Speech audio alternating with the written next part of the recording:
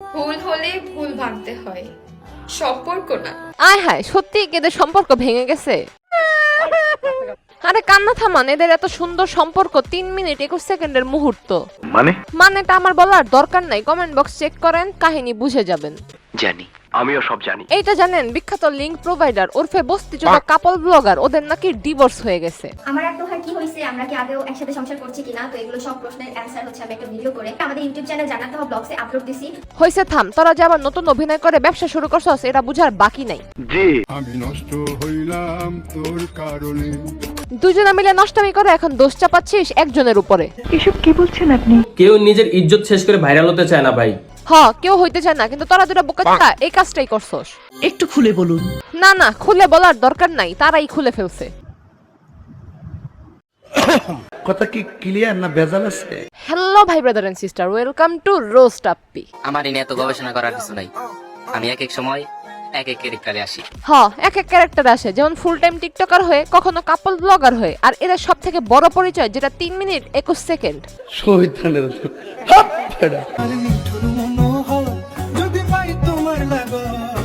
আমার মনে হয় দুনিয়ার সব থেকে সুখী ব্যক্তি এরাই, কারণ না আছে লজ্জা, না আছে ব্রেন। আরে এরা কারা, কোত্থেকে এলো?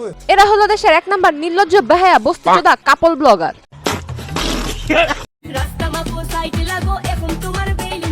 যখন খাওয়া দাওয়া শেষ হয়ে যায়, মন ভরে যায়, তখন এই সমস্ত কথাবার্তা চলে আসে। কারেক্ট। আরে মাঙ্গের নাতি, তুই একটা পোলা হয়ে পোলার মতো আচরণ কর, মাথা তুই কেন মেয়েদের মতো আচরণ করস? আমারও তো সেই একই প্রশ্ন। এরা কোনো প্রশ্নের ধার ধারে না, এরা মনে করে আবলামি সাবলামি করে যাব, মানুষ দেখবে, ভিউ পাবো, টাকা আসবে, কারণ এই সমস্ত কাজ ছাড়া এদের কোনো যোগ্যতা নাই। বাদ দাও। চোখের পানি ফেলে কখনো কাউকে আপন করা যায় না। আহারে কষ্ট, এত পানি ফেলালি তারপরে তাকে আপন করে রাখতে পারলি না। যে আপন সে কখনো কাঁদতেই দেয় না। কষ্ট লাগে, আপন ভেবে 3 মিনিট 21 সেকেন্ডের পারফরমেন্স পাবলিকরে দেখাইলি, তারপরেও সে তোকে আপন করে নিতে পারলো না। তোমার মতন হাজারও ছিল যাদের দিকে আমি ফিরেও তাকাইনি।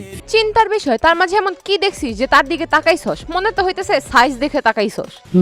মানে ছেলের হাইটের কথা বলতেছি, ছেলের হাইট অনেক বেশি তো, এর জন্য মনে হয় সবার মাঝখান থেকে তার দিকেই তাকাই ছিল। আমার জীবনের সবচেয়ে বড় ভুল হলো তোমার মায়ায় পড়া।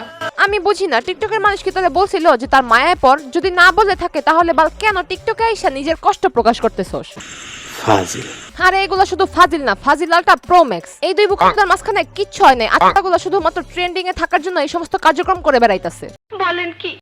কেমনে হারায় যাবো আমি তো জানি আমার থেকে বেশি তোমারে কেউ ভালোবাসতে পারবো না। তুই যে কেমন ভালোবাসিস সেটা বাংলার মানুষ অনেক আগেই জানতে পারছে। 10টা যাইবো 10টা আইবো, তোমার চিন্তা আমি করি না। তোর এগুলা নিয়ে চিন্তা আছে নাকি? তুই তো এটা যার টিকটকার বস্তির মেয়েদের মতো মুজরা করবি, আর টিকটকের কিছু বস্তির পোলাপান তোর পিছনে লাইন ধরে থাকবে।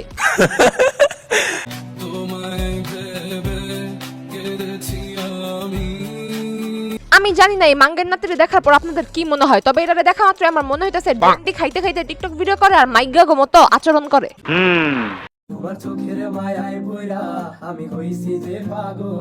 তোদেরকে পাগল বললে পাগলদের অপমান করা হবে। তোরা পাগল না, তোরা হলি সমাজের কীট, যা সমাজটাকে নষ্ট করতাছস। এই সমস্ত নষ্টামি না করে মাঙ্গের নাতি ভালো কিছু কর, ফলটা ভালো পাবি।